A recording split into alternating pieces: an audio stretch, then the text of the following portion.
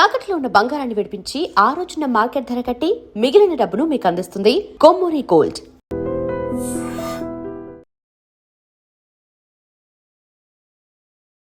నమస్కారం, welcome to I dream.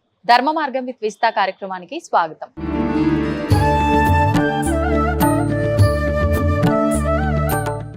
నమస్కారం అండి. నమస్కారం అమ్మా. నేను ఒక శ్లోకం విన్నానండి, ఎత్ర నార్యస్తు పూజ్యంతే అని చెప్పి ఒక శ్లోకం ఉంది. అంటే ఇది విన్నప్పుడు అనిపించింది, వివరణ పూర్తిగా అర్థం కాకపోయినా ఇది ఆడవారికి సంబంధించింది, ఆడవాళ్ళని పూజింపబడితే అక్కడ అంతా కూడా శుభమే అన్నట్టు ఒక చిన్న అవగాహన అయితే వచ్చింది. అసలు ఏంటి అర్థము అంటే, మన పెద్దవారు ఏ మెసేజ్ ఇచ్చినప్పటికీ దాంట్లో ఎంతో ఆంతర్యం ఉంటుంది. దీన్ని బట్టి ఏం అర్థం చేసుకోవచ్చు, ఈ శ్లోకాన్ని బట్టి దాని వివరణతో పాటు తెలియజేయండి. స్త్రీ అనే శబ్దానికి ఇంకా పర్యాయ పదాలు, వేరే వేరే పదాలు ఇంకా చాలా ఉన్నాయి. జనని, తల్లి, మాత, ఇవన్నీ దేన్ని చెబుతున్నాయి అంటే స్త్రీనే చెబుతున్నాయి.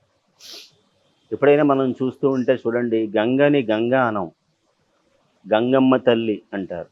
అవును, ప్రతి చోట్ల కూడా, అంటే పూర్వకాలంలో కూడా ఆడవాళ్ళకి పేర్లు పెట్టినప్పుడు ఎల్లమ్మ ఇలాంటి పేర్లు తెలంగాణలో బాగా మనం వింటూ ఉంటాం. ఎల్లమ్మ అని ఇలాంటి పేర్లు. అంటే దేవతకైనా మామూలు స్త్రీకైనా సరే అమ్మ అనే పేరుతో సంబోధించడం అనేది మనకి పరిపాటి. అందులో తెలుగు వాళ్ళకి మరీ మరీ ముఖ్యంగా. మిగతా రాష్ట్రాల వాళ్ళకి అమ్మ అనే పలకరింపు ప్రతి దానిలో లేదు. తులసీదేవిని తులసమ్మ అంటారు, గంగని గంగమ్మ అంటారు, భూమిని భూమాత అంటారు. రామాయణంలో సాక్షాత్తుగా రామచంద్రమూర్తే చెప్పాడు, జనని జన్మభూమిశ్చ స్వర్గాదపి గరీయసి. అంటే తల్లితోనే ప్రారంభం అయ్యింది కాబట్టి జనని జన్మభూమి, పుట్టిన భూమి, అలాగే జన్మనిచ్చిన తల్లి, ఈ రెండు ఉన్న ప్రదేశం స్వర్గం కంటే కూడా గొప్పదే అని. కాబట్టి అందులో కూడా ఇంకోటి, స్త్రియాహ రక్ష్యాహ పోష్యాస్య అని మహాభారతంలో ఒక మాట ఉంటుంది. కాబట్టి ఆడవారికి ఎవరైతే ఉన్నారో ఆడవారు, వారిని రక్షించుకోవాల్సిన బాధ్యత సమాజానిది, వారిని పోషించుకోవాల్సిన బాధ్యత సమాజానిది. ఎందువల్ల అంటే మగవాడనేవాడికి కేవలం వాడి జీవన చిత్రం చూస్తే గనక కొన్ని పాత్రలే, తండ్రిగా, కొడుగ్గా, భర్తగా మాత్రమే. కానీ స్త్రీమూర్తి దగ్గర వచ్చేసరికి అలా కాదండి. తల్లిగా, ఓ చెల్లిగా, అక్కగా, ఇంకో చాలా రకాల పాత్రలు. కాబట్టి ఒక రకం కాదు, గృహిణిగా, ఇంట్లో ఇవాళ కాలంలో ఉద్యోగస్తురాళ్ళుగా, కాబట్టి ఇన్ని పాత్రలు పోషిస్తోంది ఆవిడ. కాబట్టి స్త్రీమూర్తి గురించి చెప్పాలి అంటే నేను ఇంకోడెవరు చెప్పడం కాదు, మహాభారతంలోనే స్త్రీ ప్రశంసాధ్యాయం అని ప్రత్యేకించి ఒక స్త్రీ పర్వం కూడా ఉంది.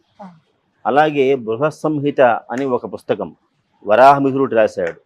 అందులో స్త్రీ ప్రశంసోధ్యాయం అని చెప్పని 20 శ్లోకాలతో వరాహమిహిరుడు ఒక 20 శ్లోకాలు చెప్పాడు స్త్రీమూర్తి గురించి. అందువల్ల మిగతా అంటే మగపిల్లాడికి ఆడపిల్లకి ఉన్న వ్యత్యాసం చూసుకుంటే ఎప్పుడైనా సరే, ఎందుకు ఆడపిల్ల గొప్పదయ్యింది అంటే ఒక మాట ఏమంటారంటే, ఉభయకుల పవిత్రం కోటి కన్యా ప్రదానం అని చెప్పని.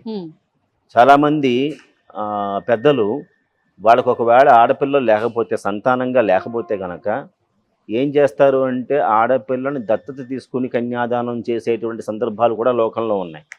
ఎందువల్ల అంటే మగపిల్లాడి వల్ల వంశం ధరించే అవకాశం అనేది పెద్దగా, అంటే ధరిస్తుంది వాడు చేసే వైదిక కార్యక్రమాల వల్ల. కానీ ఆడపిల్లని కన్యాదానం చేయడం వల్ల వచ్చే ప్రయోజనం ఏమిటి అంటే, ఏ పుట్టింట్లో అయితే ఉందో ఆవిడ, ఆ ఇల్లు తరించబడుతుంది.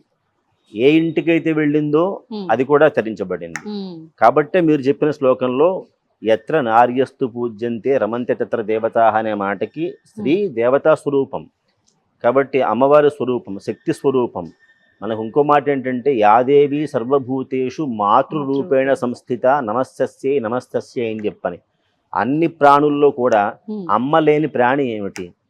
చీమైనా ఇంకో చీమకి జన్మనివ్వాల్సిందే, దోమైనా ఇంకో దోమకి జన్మనివ్వాల్సిందే. కాబట్టి ఆ మాతృతత్వం ఏదైతే ఉందో అది అన్ని ప్రాణుల్లోనూ కూడా ఉంది. అన్ని ప్రాణుల్లో ఉన్నవాడే పరమాత్మ. అంటే అక్కడ దేవతలు ఆటోమేటిక్గా ఉంటారు. ఉంటారు. అందువల్ల ఈ ఎవరైతే స్త్రీమూర్తి ఉందో ఈ స్త్రీమూర్తి వల్ల ఏమవుతోంది అంటే ఏవైతే రెండు కులము అంటే మనకు లోకంలో ఏమనుకుంటామంటే జాతి, క్యాస్ట్ అనే ఆలోచనలో ఉంటాం. కానీ కాదు, కులము అంటే వంశము అని అర్థం. కాబట్టి కన్యని, ఆడపిల్లని వేరే వాళ్ళకి దానం చేయడం వల్ల ఏమవుతోంది అంటే రెండు వంశాలు కూడా తరిస్తున్నాయి. అందులో ఇంకోటి ఏంటంటే ఆడపిల్లకున్న పేర్లలో దుహిత అని కూడా ఓ పేరు ఉంది. కాబట్టి దూరం నుంచి అంటే అత్తవారింట్లోంచి ఆలోచిస్తూ ఉంటుంది ఇట, మా నాన్న ఎలా ఉన్నాడు, మా అమ్మ ఎలా ఉంది గురించి ఆలోచిస్తూ, పుట్టింటి విషయం ఆలోచిస్తూ ఉంటుంది. ఆలోచించడం మాత్రమే కాదు, హితాన్ని కూడా కోరుతుంది, మేలుని కూడా కోరుతుంది. కాబట్టి దుహిత. అందువల్ల ఒక మాట చక్కని ఒక శ్లోకం ఉంది స్త్రీ గురించి. ఏమిటి అంటే పుత్రీతి జాత మహతీహ చింత కస్మై ప్రదేయేతి మహాన్ వితర్క దత్తా సుఖం ప్రాప్స్యసి వా నవేతి కన్యాపితృత్వం ఖలు కష్టకర్మ. అర్థం ఏంటండి? చెబుతా. ఏమిటంటే ఆడపిల్ల పుట్టిందన్నప్పుడు తండ్రి అనేవాడికి మనసులో కాస్త భయం మొదలవుతుంది. కాబట్టి ఏమిటా భయం? ఎలా పెంచాలి అనే ఒక భయం. ఇంకో భయం కూడా మొదలవుతుంది. ఏమిటి అంటే కస్మై ప్రదేయ, ఎవరికి ఇవ్వాలి, ఏ ఇంట్లో ఇవ్వాలి. ఇదో పెద్ద తర్కమే, శషమిషలు అన్నీ కూడా ఆలోచనలు. పోనీ ఇంత ఖర్చు పెట్టి వైభవంగా పెళ్లి చేసేసాడు అనుకోండి, తర్వాత దత్తా సుఖం ప్రాప్స్యసి వా నవేతి, వెళ్ళిన చోట సుఖంగా ఉంటుందా లేదా అని ఆలోచిస్తాడట. కాబట్టి కష్టం అంటే ఎవరిది అంటే ఎవరిదని చెప్పారు అంటే ఆడపిల్ల తండ్రిది అని చెప్పాడు తప్ప మగపిల్లాడి తండ్రిది అని చెప్పాల. అంటే స్త్రీకి ఉన్నటువంటి ఆవిడని ఎవరు కాపాడుకోవాలండి? పితా రక్షతి కౌమారే. కౌమార దశలో ఉన్నప్పుడు తండ్రి కాపాడుకోవాలి స్త్రీమూర్తిని. వివాహం అయిన తర్వాత భర్త కాపాడుకోవాలి. ఆ భర్త కూడా ఆ స్థితి కూడా దాటిన తర్వాత ఎవరైతే ఆమె సంతానం ఉన్నారో ఆవిడ కాపాడుకోవాలి. ఎవరిని కాపాడుకుంటాం మనం? ఏదైతే వాల్యుబుల్ థింగ్ ఉంటుందో దాన్ని కాపాడుకుంటాం. రాయిని ఎవరు కాపాడక్కర్లేదు, కంకర రాయిని. వజ్రాన్ని అయితే ఏం చేయాలి? లాకర్లో పెట్టాలి, జాగ్రత్తగా చూసుకోవాలి. అంటే వజ్రం లాంటిది స్త్రీ, వజ్రం లాంటిది ఆడపిల్ల, ఎవరైనా సరే, కన్య ఎవరైనా సరే. అంత వాల్యుబుల్ థింగ్ కాబట్టి మనం దాన్ని కాపాడుకుంటున్నాం. కాబట్టి ఆ స్త్రీమూర్తి ఎవరైనా సరే, కృష్ణుడైనా సరే, రాముడైనా సరే, తల్లి గర్భాన్ని ఆశ్రయించకుండా ఎలా బయటకు వచ్చాడు? రాలేడు. కాబట్టి దేవతలకు కూడా జన్మనిచ్చేది ఎవరు అంటే శ్రీమూర్తి. కాబట్టి అక్కడ ఆవిడ ఉంది అంటే దేవతలు కూడా అక్కడే ఉన్నారు. అది మీరు చెప్పినటువంటి శ్లోకానికి భావం. ఇంత భావం దానిలో మనం అర్థం చేసుకోవాలి. ఊరికే విశ్లేషణ చేయడం కాదు, ఆ శ్లోకంలో తాత్పర్యాన్ని మనం ఇంతగా అర్థం చేసుకోవాలి. బాగుంది అంటే మీరు ఇచ్చిన వివరణ. కానీ ప్రస్తుతం నిజంగా ఆడవారికి కానీ మాతృమూర్తికి కానీ ఆ దక్కాల్సిన ఆ గౌరవం కానివ్వండి, లేకపోతే ఆ ప్రొటెక్షన్ కానివ్వండి, ఆ రక్షణ కానివ్వండి ఉందంటారా ప్రస్తుతం? ఉంటుందా ఉండదా అనే ప్రశ్న వేస్తే, ఉంటుంది అన్నా మనిషిలో ఉన్న సంస్కారం కారణం, ఉండట్లేదు అన్నా మనిషిలో ఉన్న ప్రవృత్తే కారణం. కాబట్టి ఒక భావాన్ని మనం అన్ని చోట్ల పొందలేం, కొన్ని చోట్ల మాత్రమే పొందుతాం. ఎప్పుడైనా సరే మన యొక్క భారతీయ విద్యా విధానం ప్రధానంగా ఎక్కడొస్తోంది, దోషమంతా ఎక్కడొస్తోంది అంటే విద్యా విధానంలో దీన్ని చెప్పేవాడు లేకపోవడం. ద్రౌపది గురించి చెప్పండి, 5వ క్లాస్ నుంచి అవగాహన వస్తుంది. సీత పాత్ర ఎలాంటిది, ఆ ఔచిత్యం ఎట్లాంటిది చెప్పండి. మగపిల్లాడికైనా ఆడపిల్లకైనా ఇది క్యారెక్టర్లో ఉన్నటువంటి ఇన్స్పిరేషన్. అందువల్ల అప్పుడు వాడికి ఏం తెలుస్తుంది అంటే ఎవరిని మనం ఎలాంటి కోణంతో చూడాలి, ఎవరి పట్ల ఏ భావాన్ని ప్రదర్శించాలి అనేటువంటి జ్ఞానం వస్తుంది. ఎప్పుడు వస్తుంది అంటే రామాయణ మహాభారతాల వల్ల, ఏవైతే కావ్యాలు ఉన్నాయో వాటి వల్ల వస్తుంది. దురదృష్టవశాత్తు ఇవన్నీ ఇప్పుడు ఎక్కడా కూడా మనకి ఇవి కనపడవు విద్యా విధానంలో. కాబట్టి ముందు గౌరవించే సంప్రదాయం కావాలి అంటే ఎక్కడ బీజం పడాలి అంటే ఇంట్లోనే దానికి బీజం పడాలి. కాబట్టి నా తల్లి వలె వేరే వారిని కూడా భావించవన్ను అనే భావన ముందు వస్తే గనక, అందువల్లనే శంకరాచార్య స్వామి వారు అంటారు, అంటే ఎవ్వరూ చెప్పనప్పుడు వారు చెప్పారు ఓ మాట, నారీ స్తనభర నాభీ దేశం దృష్ట్వా మాగా మోహావేశం ఏతన్ మాంస వికార విశేషం ఏతచ్చింతయ వారం వారం. కాబట్టి శ్రీమూర్తి యొక్క ఏదైతే శరీర నిర్మాణం ఉందో అది ఆ జగజ్జనని, వెనకాల అమ్మవారు ఉన్నారు, ఆవిడికి అదే ఉంది. అంతే. కాబట్టి ఈ తత్వాన్ని పట్టుకోవడం అంటే ఎక్కడ ఏ విధంగా ప్రవర్తించాలనేటువంటి దీన్నే ఏమంటామంటే వివేకం. ఆ వివేకం ఉన్నవాడికి స్త్రీని గౌరవించాలనేటువంటి ఆలోచన వాడికి ఫస్ట్ నుంచే వస్తుంది, వేరే వాడు చెప్పాల్సిన పని లేదు. కాబట్టి లేని వాడికి చెప్పాల్సిన బాధ్యత ఎవరికి ఉంది అంటే ఎవరైతే గురుస్థానంలో ఉన్నారో, పెద్దవాళ్ళుగా ఉన్నారో, అది ఇంటి నుంచి ఉన్నవారు. అంటే గురుస్థానం అనేది బయట వాళ్ళు కాకుండా ముందు ఇంట్లో వాళ్ళే దాన్ని తీసుకోవాలి. కాబట్టి టీచింగ్ ప్రొఫెషన్ అనేది కేవలం బయట వాళ్ళకి మాత్రమే కాదండి. ప్రతి తండ్రి కూడా ఓ టీచర్గా మారాలి, ప్రతి తల్లి కూడా ఓ టీచర్గా ముందే ఇక్కడ మారాలి. ఎందువల్ల అంటే మొక్కే వంగందే మానే వంగుతుందా అని సామెత. వాడు చిన్నప్పుడే ఆ బీజాలు వాళ్ళు పడితే గనక ఈ మర్యాద అంటే ఏమిటి, పద్ధతి అంటే ఏమిటి, అవతల వాళ్ళకి మనం ఇచ్చేటువంటి గౌరవం ఏమిటి, ఇలాంటి వాటి వల్ల వాడికి ఏమొస్తుంది, సంస్కారం అనేది వాళ్ళు నెమ్మదిగా అలవాటు అవుతుంది. అంటే ఆ జ్వాల వాళ్ళలో మనం ముందు ఏం చేయాలి, రగిల్చాలి నెమ్మదిగా. అది ఎక్కడ మొదలవ్వాలి అంటే ఇంటి నుంచే ముందది మొదలవ్వాలి. కాబట్టి ఇల్లు అమ్మ, కాబట్టి ఆ రెండే ముందు విద్యాస్థానాలు. ఆ రెండు దాటిన తర్వాత ఏమిటి అంటే విద్యాస్థానం కేవలం దేవాలయాలు. ఎందుకోసం అంటే దేవాలయాల్లో రామచరిత్ర చెప్తారు, రాముడి చరిత్రని, కృష్ణుడి చరిత్ర చెప్తారు. దానిలో ఏముంది నీతి అనేది తెలుస్తుంది. కాబట్టి అది తెలియాలి అంటే ముందు కృష్ణుడు అనేవాడు ఉన్నాడు, రాముడు అనేవాడు ఉన్నాడు, లేదు అహల్య అని ఒక ఆవిడ ఉంది, కౌసల్య శ్రీమూర్తి, ఇలాంటివన్నీ కూడా ఎక్కడుంటాయి అంటే గ్రంథాల్లో ఉంటాయి. అవి చెప్పాల్సింది ఎవరు అంటే ఇంట్లో ఉన్నవాళ్లే ముందు ప్రాథమికంగా అక్కడ విద్యను వాడు చెప్పాలి. కాబట్టి అలా చేసిన నాడు వారి పట్ల గౌరవం అనేది ఎప్పుడైనా సరే వస్తుంది. ప్రపంచంలో ఎప్పుడైనా సరే మంచి చెడు రెండు ఉంటాయండి. మంచి దురదృష్టం ఏంటంటే 20% ఉంటుంది. చెడు వెళ్ళినంత స్పీడ్గా మంచి వెళ్ళలేదు. కాబట్టి తీసుకెళ్ళాలి అంటే దాన్ని ముందు తీసుకెళ్లే బాధ్యత ఎవరికి వాడే తీసుకోవాలి. అప్పుడు సమాజం అనేది ఆటోమేటిక్గా మార్పు, అది నెమ్మదిగా ఆలోచన చేయడం మొదలు పెడితే మార్పు కూడా మొదలవుతుంది. నమస్కారం అమ్మా. ఇంతకు ముందరే మనం మాట్లాడుకున్నప్పుడు కాలం అనే ఒక పదం మీరు అన్న తర్వాత నాకు ఈ క్వశ్చన్ అడగాలనిపించిందండి. కాలం అందరికీ సమానమే, కాలం అయితే చెడ్డదేం కాదు, అంతే అలా వెళ్ళిపోతుంది ఆ కాలం ఒక ప్రవాహం లాగా. దాంట్లో కొంతమందికి మంచి జరుగుతుంది, కొంతమందికి చెడు జరుగుతుంది. అంటే కాలాన్ని మనం ఉపయోగించుకునే విధానం తప్పుందా, లేకపోతే నిజంగా కాలంలోనే తప్పుందా? అసలు ఏంటి కాలం గురించి వివరణ ఇవ్వండి. కాలంలో తప్పు ఉందా, ఉపయోగించుకునే విధానంలో తప్పు ఉందా? కాలంలో ఎప్పుడు తప్పు ఉండదండి. కాలాన్ని వాడుకోవడంలోనే ఎవరైనా తప్పు చేసేది. కాలం మనిషి స్వరూపం కాదు, అది వెళ్ళిపోతూనే ఉంటుంది. మనిషి అనేవాడికైతే కంగారని, అజ్ఞానమని, భ్రమని ఇన్ని ఉంటాయి, కానీ కాలానికి అవన్నీ ఏమి ఉండవు. అందులో ఇంకోటి ఏంటంటే కాలశబ్దానికి ఇంకో అర్థం ఏమిటి అంటే యముడు అని కూడా అర్థం.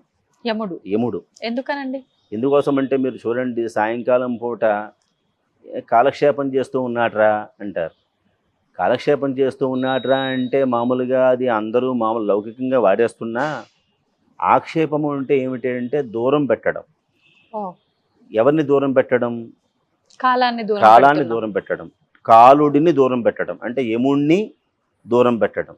అంటే ఆ సమయంలో ఒక రామనామాన్నో, కృష్ణనామాన్నో, నృసింహనామాన్నో, దేన్నో దాన్ని స్మరిస్తూ ఉంటే ఏమవుతుంది అంటే ఎవడైతే యముడు వస్తున్నాడో ఆ సమయంలో యమదూతలు అక్కడికి రాకుండా ఉంటారు. ఇది కాలక్షేపం. కాబట్టి ఏ సమయం అని చెప్పొచ్చండి కరెక్ట్ గా? మీరన్న ఈ సమయము ఏ సమయం అని చెప్పొచ్చు? పలానా ఉంటుందా? ఈ సమయం అంటే ఏమీ లేదు.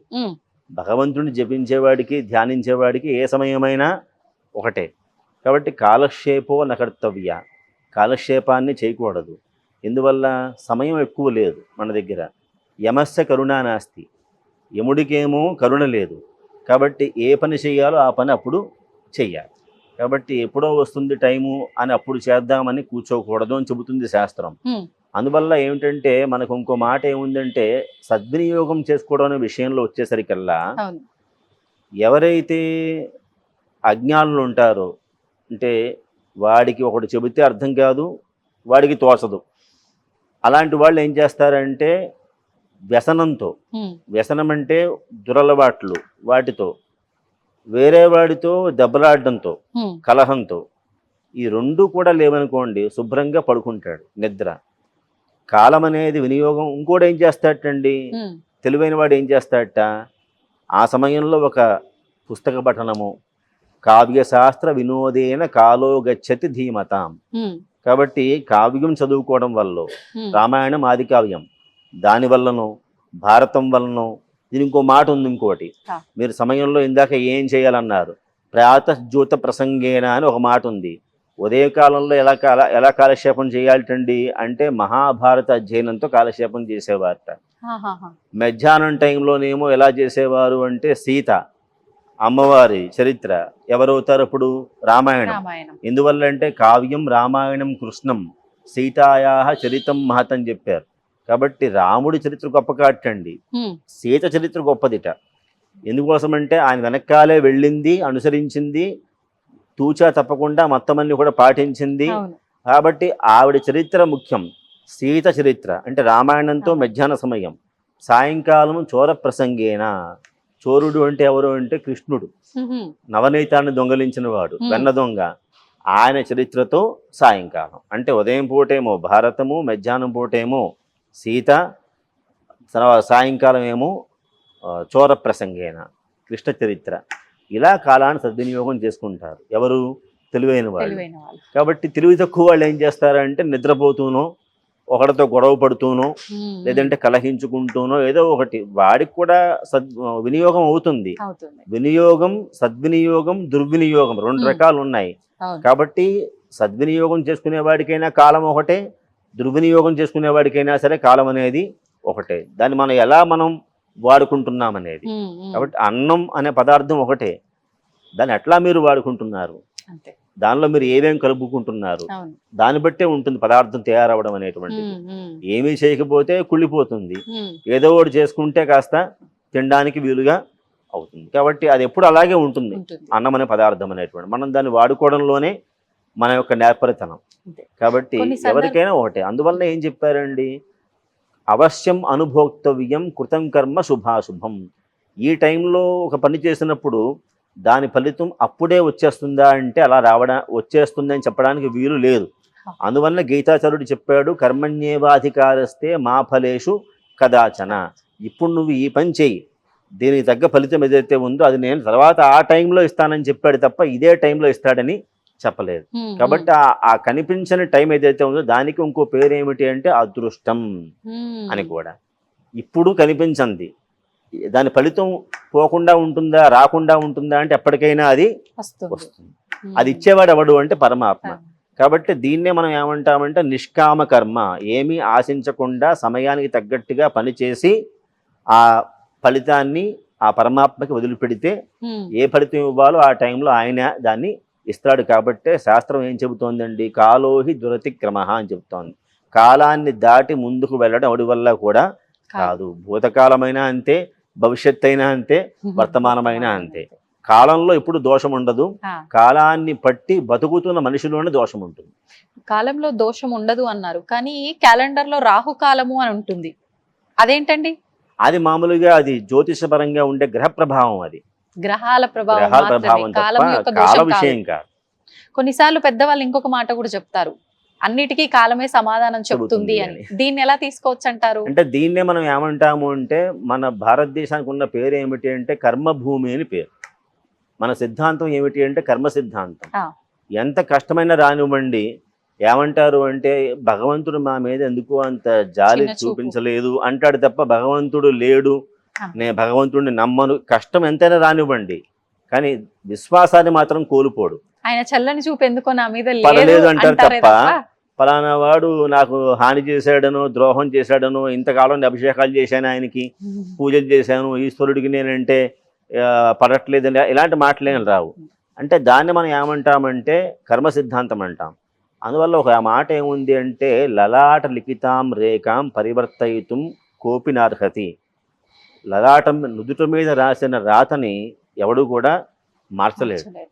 ఎవరి స్థానం, ఎవరి గౌరవం, ఎవరి ప్రతిష్ట, ఎవరి మర్యాద అనేది వారికి ముందే నిర్ణయించేసే ఉంటుంది. దాన్ని ఎవరూ మార్చలేరు.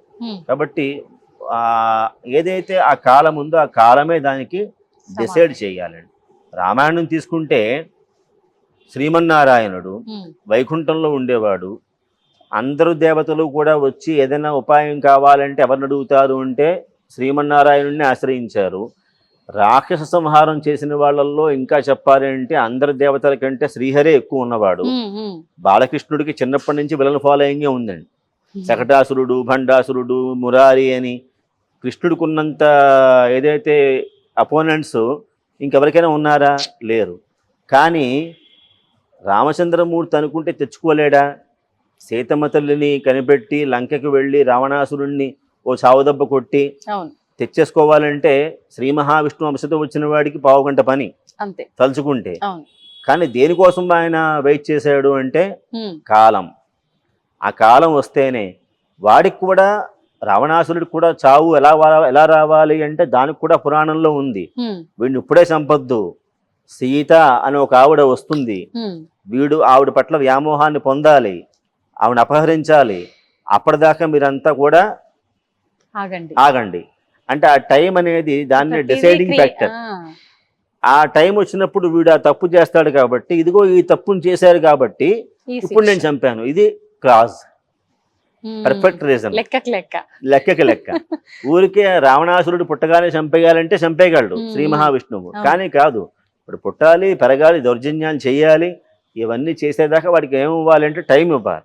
ఒక విద్యార్థి ఎగ్జామినేషన్ రాస్తూ ఉన్నప్పుడు బెల్ల కొట్టగానే పేపర్ తీసుకుంటే అయ్యే పని కాదండి. ఒక 2.5 hours టైం ఇవ్వండి, వాడికి 3 hours టైం ఇవ్వండి. ఆ టైం ఇచ్చిన తర్వాత వాడు ఏం రాశాడో చూసిన తర్వాత అప్పుడు మార్క్స్ వేయండి. 0 వేసినా అప్పుడే వేయచ్చు కదండి. కాబట్టి ప్రారంభంలో ఎగ్జామ్ రాస్తున్నప్పుడే పేపర్ తీసుకుని 0 వేసే రైట్ ఎవరికి లేదు. కాబట్టి ముందు వాడిని ఎగ్జామినేషన్ రాయనివ్వాలి, రాసిన తర్వాత దిద్దాలి, అప్పుడు కావాలంటే 0నో 5 వేయాలి. అంటే ఆ రిజల్ట్ వచ్చేదాకా వాడికి ఓపికగా ఉండాలి వాడు. కాబట్టి ఆ కాలాన్ని అనుసరించే మనకు ఉండే సిద్ధాంతం ఏమిటి అంటే కర్మ సిద్ధాంతం. కాబట్టి ఆ కర్మ భూమి మనది. కర్మ అంటే మళ్ళీ మీరు ఏం తీసుకుంటారు అంటే చాలా కర్మలు ఉంటాయి, ఒక కర్మ కాదు.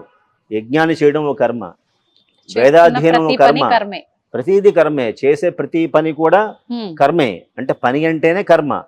ఆ పనిలో ఎలాంటి భావన ఉండాలి అంటే నాహం కర్త హరికర్త, నేను కాదు చేసేవాడిని, నా చేత చేయించేవాడు పరమాత్మ.